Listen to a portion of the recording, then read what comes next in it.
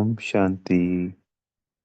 आज 6 मार्च 2025 के महावाक्यों के मनन चिंतन में प्यारे मीठे बाप दादा ने कहा, मीठे बच्चे, जैसे हम सभी आत्मा बच्चों का यह शरीर रूपी सिंहासन हमें मिला हुआ है, ऐसे ही बाबा भी दादा के यानी ब्रह्मा बाबा के सिंहासन पर विराजमान है। उनको अपना सिंहासन नहीं है। ये हम सभी जानते हैं कि आत्मा को शरीर चाहिए अपनी बात कहने के लिए। तो शिव बाबा भी इस पुरुषोत्तम संगम युग पर उस ब्रह्मा तन का आधार लेकर हम बच्चों को इन बेहद के ज्ञान रत्नों से भरपूर करते हैं और इस सृष्टि का परिवर्तन कराते हैं। आज की मुरली में बाबा ने कहा, एक लाइन आई कि बाबा सत्युग की स्थापना कराते हैं, स्वयं नहीं करते। वो सदा ही करण करावनहार है।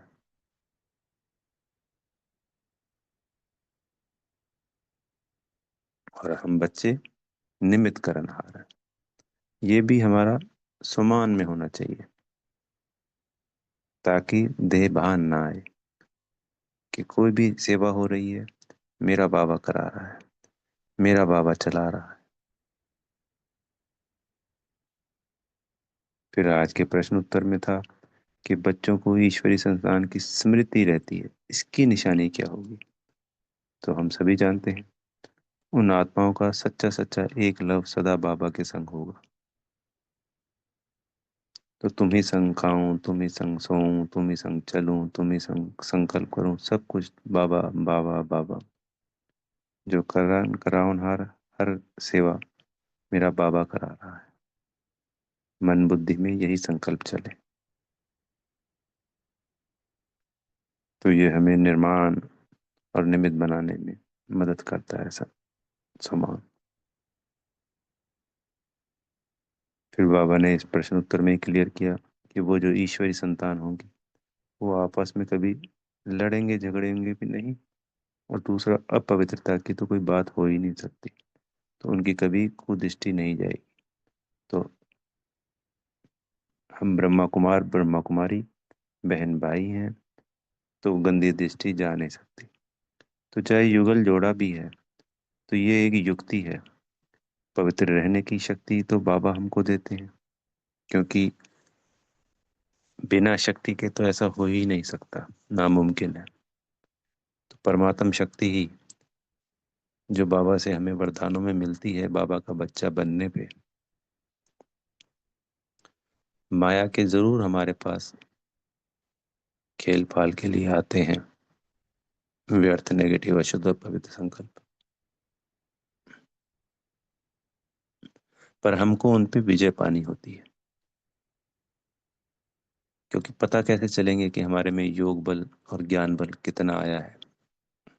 ये सब जब विपरीत परिस्थितियां आती हैं और हम उन पे जीत पाते हैं, तो ही तो पता चलता है। पर सदा हमेशा एक जगह पे स्थित रहते हुए पवित्र रहने के लिए ये ज्ञान की युक्ति है। बाकी इसके अंदर बाबा का वरदान, बाबा की दुआएं और हमारा योग बल, जब हम बाबा के संग योग लगाते हैं तो वो कार्य करता है। तो बाबा ने आज अनेकों बार कहा कि हम ब्रह्मा कुमार ब्रह्मा कुमारी बहन भाई हैं, और हमारे कभी भी क्रिमिनल ना जाए, इसके लिए हम अभ्यास करना चाहिए कि आंखों में भी स्टार बिंदु देखना चाहिए। बाबा कहते हैं ना, एक आंख में परम धाम, एक आंख में सत्युग, एक आंख में निराकारी बिंदी, एक आंख में बाप दादा। तो हम चाहे आंखों में मान लो विजुलाइज करें बिंदी को, स्टार बिंदी को, या बाप दादा के चित्र को, या सत्युग के चित्र को। जैसे आजकल आता है ना, टीवी में कभी देखते थे कि किन्हीं की आंखों में बोले कोई चित्र दिखा रहे होते। तो जैसे हम कोई चित्र देख रहे हैं, तो उस चित्र को, ये जो अभी बताए हैं बाबा ने कि ब्रह्मा बाबा बाप दादा का चित्र देखा या बिंदी स्टार का चित्र देखा, या सत्युग का चित्र देखा तो हमें स्वयं विजुलाइज करना चाहिए। तो उसका अभ्यास करने से अगर क्रिमिनल होती है तो वो समाप्त होगी। सूक्ष्म तंजा के बाप दादा से दृष्टि लेनी चाहिए। इससे भी जब हम बार बार दिन में ये अभ्यास करेंगे तो कुछ दिनों बाद वो कुदृष्टि जाना बंद हो जाएगी।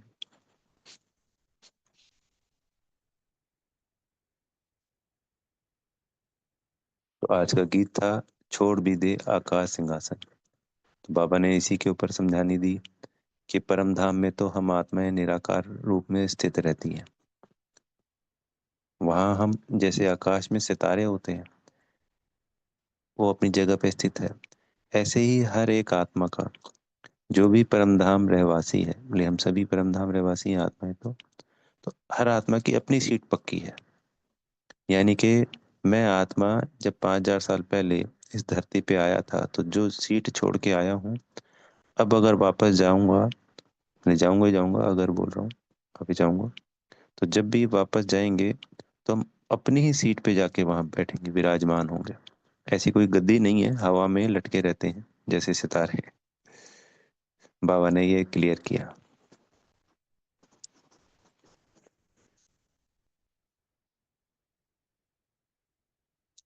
और यहाँ पे हमें इस मनुष्य तन का आधार लेना पड़ता है। तो ये भ्रकुटी के मध्य में हमारा सिंहासन होता है, यानी बैठने का स्थान, तख्त। तो साकार वतन में ये तख्त रहता है। बाबा ने आज एक पॉइंट क्लियर किया मुरली में कि जैसे तीन लोक हैं, तो तीनों लोकों का हमें ज्ञान होना चाहिए, याद रहना चाहिए। मूल वतन, सूक्ष्म वतन, और ये स्थूल वतन। तो ये स्थूल वतन तो हो गया टाकी।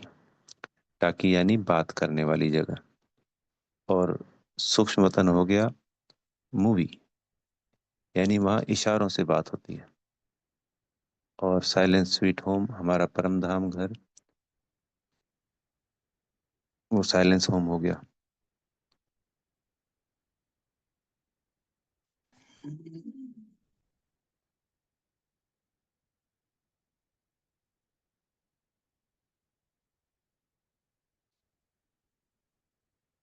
तो जो सूक्ष्म शरीर होता है फरिश्ते वाला, तो बाबा ने कहा कि ऐसे ही जिन आत्माओं को शरीर नहीं मिलता है, वो घोस्ट बन जाते हैं। और उनका इन आंखों से भी देखा जा सकता है।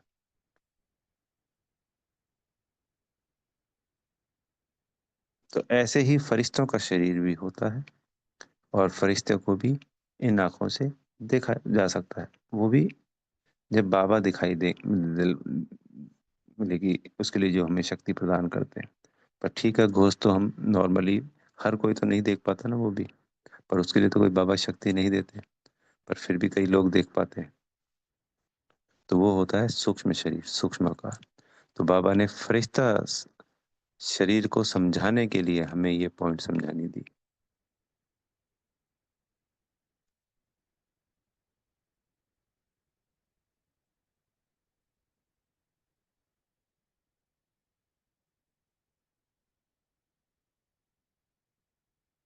बाबा ने एक और पॉइंट अच्छा सा क्लियर किया कि हम अभी पतित से पावन बनते हैं, बाबा के संग सुख धाम की स्थापना कर रहे हैं। बाबा स्थापना हम बच्चों के द्वारा करवाते हैं। तो हम इस दुख की दुनिया को छोड़ सुख धाम, सुख की दुनिया में जाते हैं। पर बाबा वाणी से परे, क्योंकि बाबा इस वक्त पुरुषोत्तम संगम युग पर वाणी में आते हैं, तो वाणी से परे वानप्रस्थ में चले जाते हैं, साइलेंस स्वीट होम में। और हम सब सुख में जाते हैं, तो हम ही दुख में आते हैं। तो हम सुख में भी हैं और दुख में भी हैं। बाबा सुख दुख से न्यारे हैं, तभी पुरुषोत्तम संगम युग पे आते हैं।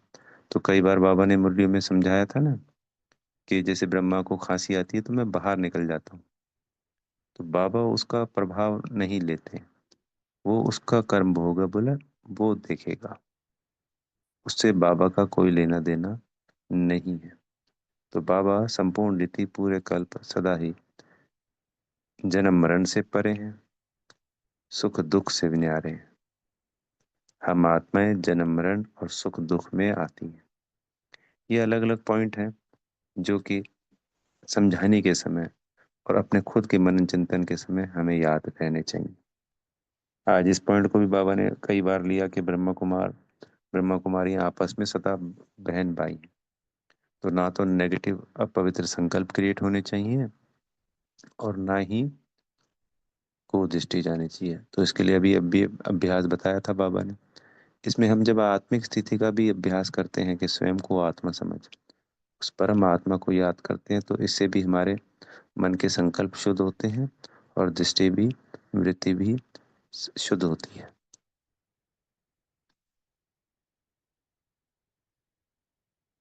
कोई बात जैसे पूछते हैं कि आप तो बहन भाई बना देते हैं, तो हम जवाब दे सकते हैं भाई लक्ष्मी नारायण भी तो युगल जोड़ा था पर पवित्र था। ऐसे ही हम भी अब लक्ष्मी नारायण बन रहे हैं, तो हम भी पवित्र रहते हैं। पर एक ब्रह्मा की संतान होने के नाते ब्रह्मा कुमार ब्रह्मा कुमारी बहन भाई हो गए।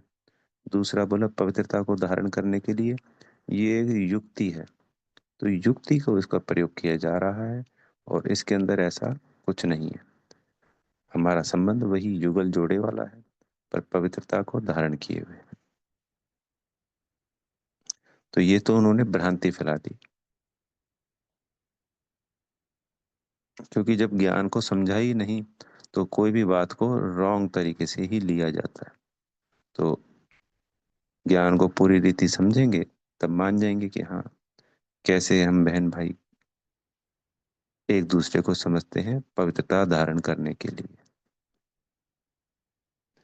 बाबा ने एक और बात बताई कि आप सतयुग में होते हो देवी संतान, द्वापर कलयुग में है आसुरी संतान, और इस पुरुषोत्तम संगम युग पर अहो सौभाग्य हमारा, हम बनते हैं ईश्वरीय संतान।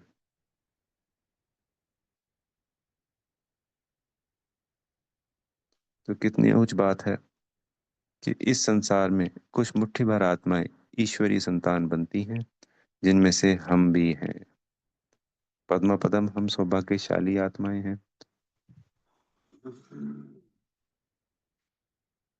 तो ईश्वरीय संतान होने के नाते हमारा सबसे जास्ती एक बाबा से ही लव होना चाहिए, और जास्ती कम क्या, सिर्फ एक बाबा से ही होना चाहिए। तभी सर्व प्राप्तियां हो सकती है। 63 जन्म में हमने देहधारियों से लव रखा या मोह रखा, जो भी रखा, पर अब समय की मांग है, समय के अनुसार अपने आप को परिवर्तन करना होता है। तो मेरा तो एक शिव बाबा, दूसरा ना कोई। आज की मुरली में ये आया है, तो हमें पूरे दिन इस सम्मान में भी रहना है। इसको याद करना है निकोबार कि मेरा तो एक शिव बाबा, दूसरा ना कोई।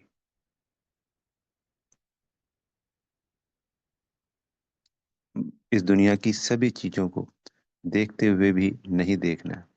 बुद्धि से हमेशा बाबा याद रहे।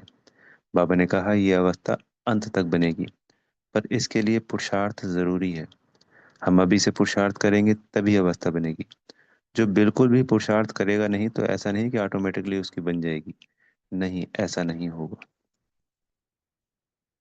तो अभ्यास करते जाना है, दूसरी आत्माओं को आत्मा देखना, स्वयं को आत्मा समझना, और इस संसार की वस्तुओं को देखकर जैसे उसके अंदर हम गहराई से देखते हैं ना, इसमें ये क्या है,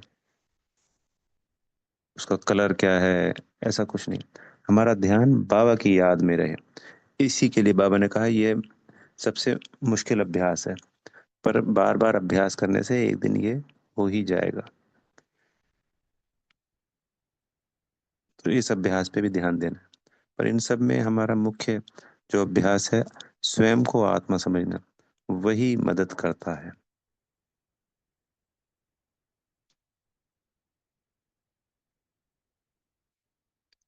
फिर बाबा ने आज एक पॉइंट भक्ति वाली समझाई, अनेकों पॉइंट समझाई है बाबा ने, पर उस पॉइंट में आया कि जैसे देवियों की हम मूर्तियां बनाते हैं और उनको जल में डुबो देते हैं, शिव बाबा का भी पूजा के लिए शिवलिंग बनाते हैं मिट्टी का, फिर उसको मिट्टी में मिला देते हैं। इसी प्रकार से रावण का भी पुतला बनाते हैं और उसको जला देते हैं। पर इन तीनों केस में हम कोई मतलब समझते नहीं हैं। फिर बाबा ने एक पॉइंट सुंदर बताई कि भाई, हम जैसे राम राज्य की बात करते हैं कि सत्युग आना चाहिए, तो बोला गांधी जी ने भी तो यही कहा था कि राम राज्य आना चाहिए। तो इस वक्त रावण राज्य चल रहा है, इसलिए तो आत्मा में राम राज्य की बात आती है बार बार। तो इसके रावण को जलाने का, मारने का कोई तात्पर्य है, उसका अर्थ है।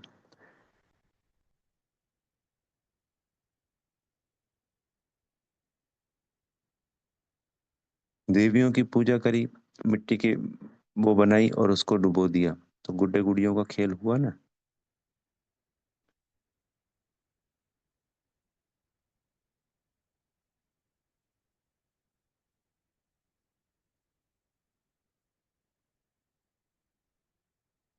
फिर बाबा ने सन्यासियों का एक पॉइंट बताया कि सन्यासी यज्ञ में आए थे कई, पर छोड़ के चले जाते हैं।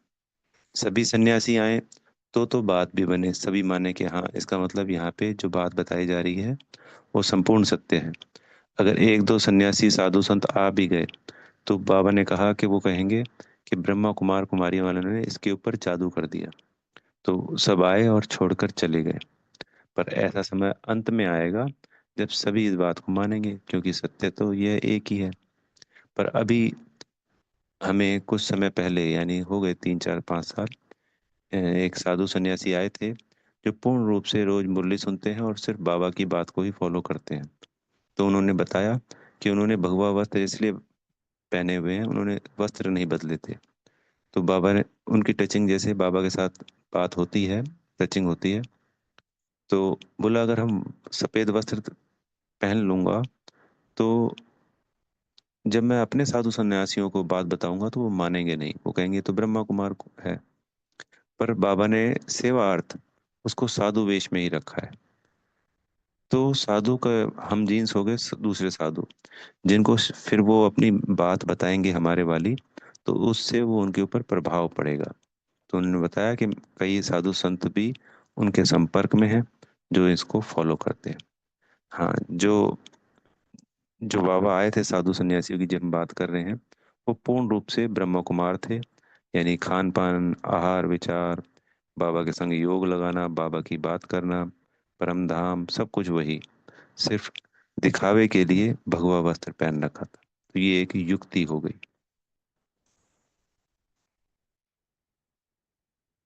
फिर आज हमें सदगुरु जी से जो वरदान मिला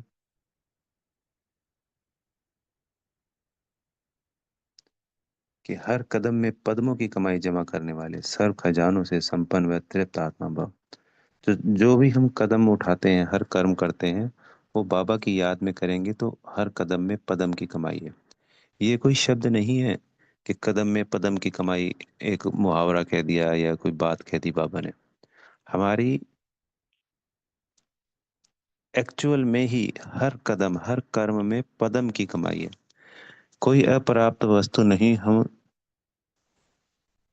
ब्राह्मणों के खजाने में। इसका तात्पर्य ये है, ये इसी में प्रदान को जब क्लियर किया गया, जब हम इस पुरुषोत्तम संगम युग पर बाबा से, बाबा की याद से जो कमाई कर रहे होते हैं, तो पूरे 21 जन्मों के लिए हमारा खजाना भरपूर हो जाता है। इस गुणों का, शक्तियों का, वरदानों का, दुआओं का। ये अविनाशी वरदान, दुआएं, ये अविनाशी ज्ञान, ये पूरा कल्प चलते हैं। 21 जन्म तो वो संपूर्ण है, संपन्न है हम हर तरीके से। इसलिए बाबा 21 जन्मों की बात करते हैं।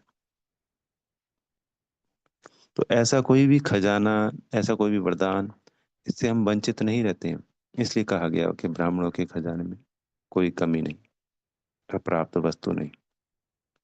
तो जब भी कोई भी सेवा हो, बाबा ये काम, ये सेवा ऐसे है, ये ऐसे करना है, ये ऐसे करना है, बोली कोई हम आदेश नहीं दे रहे बाबा को, यानी कि जो हम करने वाले हैं वो पहले बाबा को बताना है। तो बाबा को बताने से वो भी एक कमाई हो गई, वो भी याद में आ गया हमारी।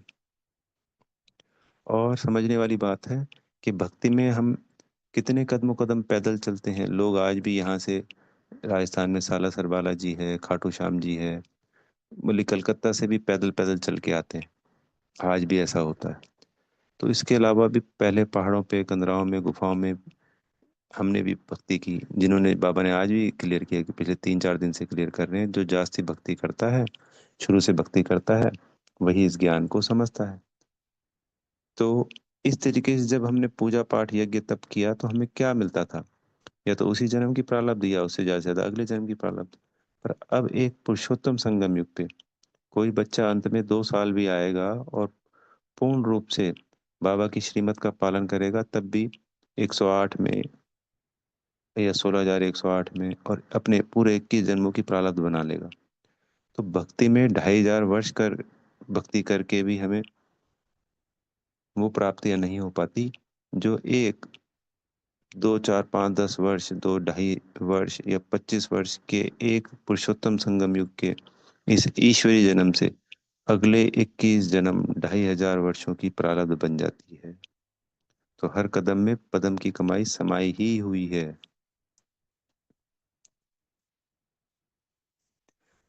तो इसके लिए सदा बाबा की याद, और कोई भी सेवा है बाबा को अर्पण करते हुए बाबा को बताएं, और फिर करें। किसी दूसरे को भी बतानी है, किसी दूसरी आत्मा को भी सहयोगी बनाना है, तो पहले बाबा को बताना है और फिर उस आत्मा भाई को बताना है। फिर आज के अव्यक्त इशारे में बाबा ने क्लियर किया कि आपके बोल में स्नेह, मधुरता और महानता और सत्यता हो। हमारे बोल में स्नेह भी, मधुरता भी, महानता भी और सत्यता हो। तो जब हम, बाबा ने कहा कि निर्भय होकर अथॉरिटी से बोलना है, पर मर्यादा के अंदर बोलना है, चिल्लाना, ऊंचा बोलना नहीं, मीठा और कम बोलना। और जो शब्द है वो बड़े शक्तिशाली और ऊंचे शब्द होने चाहिए, हल्के और छोटे शब्द नहीं, कलयुगी शब्द नहीं। तभी कहा जाता है कि जो मुरली के शब्द हैं, ज्यादा से ज्यादा हमें उनका प्रयोग करना चाहिए, क्योंकि वो ईश्वरीय शब्द है। तो जब हम इस तरीके से दोनों बातों के बैलेंस, यानी मर्यादा के साथ भी और अथॉरिटी के साथ, जैसे भक्ति में भी बोलते हैं ना, अथॉरिटी होती है उनके पास, क्योंकि उनको ये निश्चित है कि ये बिल्कुल हम सही बोल रहे हैं, राइट है, उनको ये लगता है। और प्रेम से, मर्यादा से बोलने वाले बड़े आपने देखे होंगे साधु संत महात्मा। तो जब हम इस अथॉरिटी और नम्रता के साथ बात करेंगे, तब बाप की प्रत्यक्षता का साधन बनेंगे। अच्छा, ओम शांति। बेहद का धन्यवाद मेरे प्यारे मीठे बाप दादाजी, माता पिताजी का। आप सभी आत्मा भाइयों का भी दिल से पद्म पदम बार धन्यवाद, और बेहद की दिल से शुभकामनाएं। आप अपने हर कदम में पद्मों की कमाई जमा करने वाले, सभी बाबा से मिलने वाले खजानों से संपन्न हो गए हैं, और सदा सदा के तृप्त संतुष्ट आत्मा बन गए। ओम शांति।